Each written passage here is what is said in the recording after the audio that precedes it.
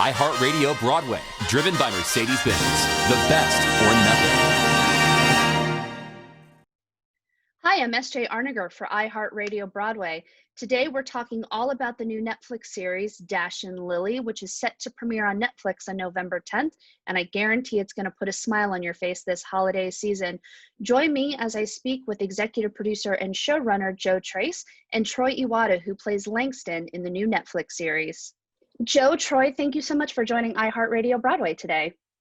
Thank you. So this series is so adorable, and I was just saying to Troy that I binged the whole series in one afternoon on my couch, and it is the perfect series to get into the holiday spirit. So congratulations to you both. Thank you. Thank you. So Joe, my first question is Dash and Lily. How did it become the series? I know it's been a book series for a little bit, but how did you become attached to the series? Yeah, I love the book. I'd read it, I wasn't a teenager when I read it. I was in my, 20s. But when I read it, I connected to the New York that's in the page there. The idea of having this adventure in the city and sort of running around and finding yourself while you're finding this person that you love. So I'd read it. So when I started thinking about it as a TV series, I brought it to 21 Laps, who obviously Stranger Things, so many amazing shows, and we brought it to Nick Jonas and then brought it to Netflix. So what was it about the story of Dash and Lily that you thought was going to translate so well to TV, or really film at that point? Yeah, so we always knew it wanted to be a series. I know that talking to David and Rachel, who wrote the book, I know at various points, there was talk about it being a movie. It just really felt like a series because the whole thing is about, they're sending each other, Dash and Lily never meet in person, when they first meet. They're passing a notebook back and forth, and in the notebook, they're giving each other dares. It just felt like a series. It felt like each episode could be built around a dare. Each dare sort of has an emotional component. The characters are learning to overcome something particular in their life that feels like an episode. And yet you're building this overarching story of the two of them, gradually falling in love. So it felt like a great, sort of the kind of, short form series that Netflix does so well. So it was fun to actually then bring it to life. And you two are no stranger to working together. You both were attached to Be More Chill when it originated both at Two Rivers and then transferred to Off-Broadway and then subsequently to Broadway. So what was it like working with each other in a completely different medium? Troy, you as an actor, but then Joe as a showrunner and executive producer. Well, I was really excited to work. For Dash and Lily, I feel like we worked alongside each other a lot more. For Be More Chill, it was I was an understudy in Be More Chill. And so we saw each other, but it wasn't so much like. Well, we first worked together, so Troy was, Troy and I also did The Lightning Thief together. He was our first Percy on the very first tour of that show. So I've known Troy's work since then. And so, I knew him even before Be More Chill. And I've always wanted to work with him, as many times as he'll allow me to. And in fact, I don't think Troy knows this, but, when I was first developing Dash and Lily with 20 Laps, even before we started writing it, I'd always had Troy in the back of my mind as someone who could be amazing Langston. So that was always, I'd always hoped I could rope him into this, and it worked out. Now he is.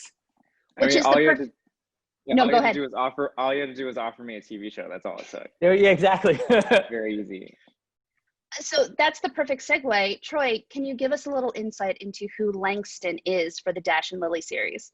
Yeah, so Langston is Lily's older brother, and he is this hopelessly romantic, slightly immature person, and he actually gets the ball rolling with the entire plot of the series because Lily wants to find like a special someone for the holidays, and Langston takes it upon himself to give advice to her, and obviously the only solution is to create a scavenger hunt, that's very Truth or Dare-esque, and put it in a notebook and hide it in a bookstore. That's where Langston's mind goes. So Langston kind of plays matchmaker or Cupid or whoever you want to compare him to. But Langston's a super fun character to play also because he's very willing to give his sister advice that he's not willing to take himself. I think that he pushes Lily to take risks and have faith in herself and faith in other people because he's not really willing to do that himself. I love about Langston so much, and I wouldn't even consider him a secondary character because he is such a part of this family, but he does also go on his own journey and he does make final decisions and comes to a point where he has to, I don't want to say grow up a little bit, but he does kind of take a journey himself, which I love because sometimes when a show is called Dash and Lily, you don't really get to see the growth of other characters. So I applaud both of you for that because it was a lovely journey to see everyone go on through the whole entire series. Thank you. Thank Yeah, you. it was really important that, obviously, even though Dash and Lily are, the title characters, that everyone in their orbit, is sort of going on their own version of their story, which is, you fall in love, you have an idea in your head of how it's going to go, and then you have to reconcile, the idea in your head with what the reality of that relationship is. And so that's, that's what Dash and Lily do, but it's also what Langston's doing with his boyfriend Benny over the course of the season.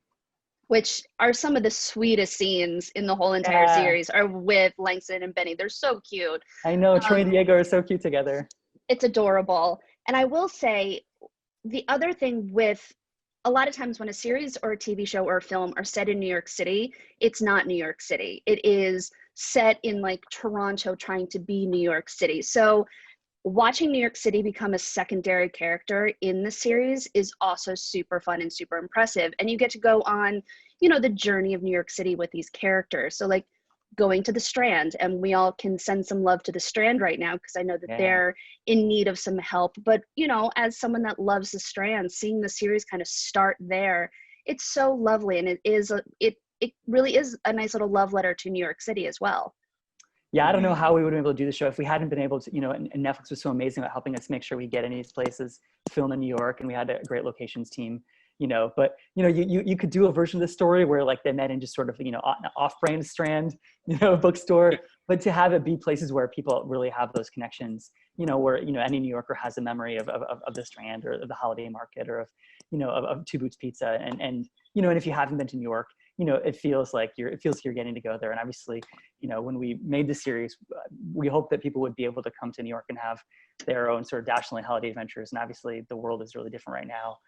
But I'm hopeful that sort of vision of what New York can be at its glory is going to be something people can really take inspiration in this year. Troy, did you have a favorite place filming during the series in the city? Well, Langston kind of never leaves his room.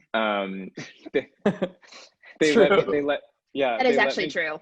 Yeah, but it was fine. I spent a lot of time in very comfortable turtlenecks and robes, and so it was a very comfortable experience. And they did let me outside like twice, I think, like 2 or 3 times they let me outside, which was very nice of them. There was one scene where Diego, who plays Benny, and I, we shot a very short scene, and we were on a rooftop, and it was at night, and you saw the whole New York skyline, and they made it snow, and that was just like that was a lovely little moment.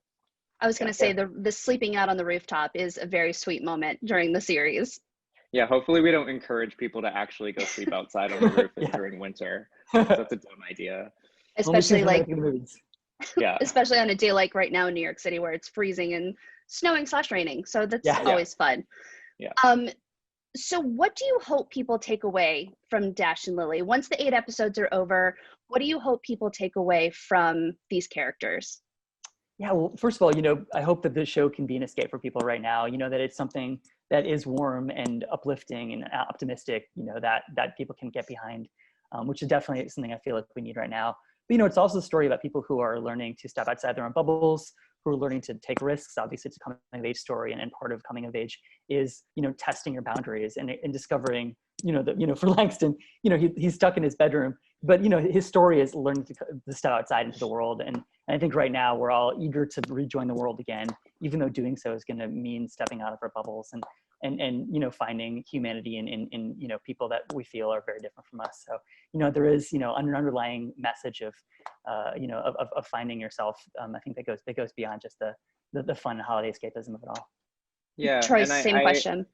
Yeah, I would hope that, and also I would hope that a lot of people watch our show and feel seen and feel represented. I think that me personally, being of the queer community and being of mixed race, I think that it's really important to show representation. And I don't think that any movie or TV show can thoroughly depict every kind of individual that exists. But I do think I am really proud of our show, and that I think that we're taking a step in the right direction towards progression and representation and diversity. And you know, I think it's great that it's like a YA series, and I hope that a lot of young queer people and a lot of young mixed people just see themselves depicted in a normal way. I think it's really, like, specifically for Langston, I think it's really refreshing to play a queer mixed race character who isn't grappling with those two identities. I think even though, like, it is unfortunately a very common, you know, experience for people of the queer community to deal with, you know, self-acceptance and self-identity. I think it's really important to depict characters that just are, and it's not questioned by themselves or their friends or family. And I think Langston is a great message of hope for that. I think the other thing that's also really remarkable about the series, it's how we define family. And family can be a mom, a dad, a daughter, a son, but then also a family is who you make as your own family. So with Lily's family, they keep adding on with their friends and their loved ones, and that's what makes up their family. So I think not having the definitive answer of what family is, it's what you make it, is also such a very important message in this series. Yeah, absolutely. I agree, yeah. So the other thing I want to touch on, watching the series, it's very much find the Broadway actor during Dash and Lily, which I find so much fun. So you have Michael Park, who plays Dash's father. Yeah. Patrick Vale, who was most recently in Oklahoma, works at the Strand. Was that a conscious decision to have Broadway actors in the show, or did it just become we're filming in New York City, this is just what happens when we film in New York City? I mean, you're definitely lucky when you film in New York because you have all that actors available. Even the ones that are doing shows, you know, are still able to have, you know, film on an off day. So you just get access to great talent. But obviously I'm a huge Broadway fan. I come from Broadway. And so to be able to, you know, cast people like Patrick and Michael and, you know, Jenny Akita, who I first saw in a production of Top Girls on Broadway, and, you know, and you know, Nick Blameyer and Trevor Braun and, you know, Midori, you know, came from New York theater. And obviously, you know, Troy's done some Broadway. So, you know, just the ability to people, you know, our New York with these amazing New York actors who I was was really cool. We had Katie Carlson too. She was there. Yeah, and from Be More Chill. Yeah, Be More Chill. Yeah, and I hope that should we get a season 2, Troy, I hope you get to share scenes with her. But yeah, Katie Carlson and Be More Chill. Also, Chase Brock, the choreographer of Be More Chill, he choreographed Lily's dance in episode 3, and in fact, he shows up if you watch. He actually is her dance partner in the scene. So Be More Chill is very well represented in Dash and Lily. That whole dance scene is one of my favorite moments in the whole entire series, just from her walking up with the drag queen at the door, at the gate. I mean, that whole scene is just so beautifully done, and it made me laugh and giggle in the best way possible. It's so great. Pamela Romanowski, who shot that episode, actually shot that entire sequence as a oneer. You know, she got just following Midori. So for the first few takes of Midori doing that, she acted that entire scene from her entering the club to her dance to like running out. Spoilers, I guess. With you know, in as if you were doing a theater piece. You know, all continuous performance, and then obviously we got more coverage. But you know, that was really fun, and that's something that, you know, really great theater actors are able to do, which is to really, you know, not just like play for the take, but actually play the entire emotional journey of the scene. So you know, how Midori and Michael Cera Creighton, who plays our door queen in that scene, you know, I will say, I know we've talked a lot about what happens during the series, but we haven't even delved into all of the major surprises that happen. I won't even give it away. There are some really lovely things that happen throughout all 8 episodes. The scenes that get shot in iconic New York locations are fantastic. So I really hope it gets picked up for season 2, because you guys did such a phenomenal job with season 1. Thank you. Yeah, there's a second book and a third book that actually comes out next week. So, you know, certainly our hope would be, I just would love to keep telling stories with these characters. And I think in a time right now where we all need some positive and some light in the world, this is the perfect series for that. So congratulations. Yeah, it's certainly not the world we thought we'd be putting the show out into, but I'm you know, kind of moment when you're happy to be putting something positive out in the world that can bring people together. So Dash and Lily, it's going to be live on Netflix on November 10th. Like I said, I've seen all 8 episodes. You will not be disappointed. Joe, Troy, thank you so much for joining iHeartRadio Broadway, and congratulations. Thank you so much. Great to talk to you. You too. iHeartRadio Broadway, driven by Mercedes-Benz. The best or nothing.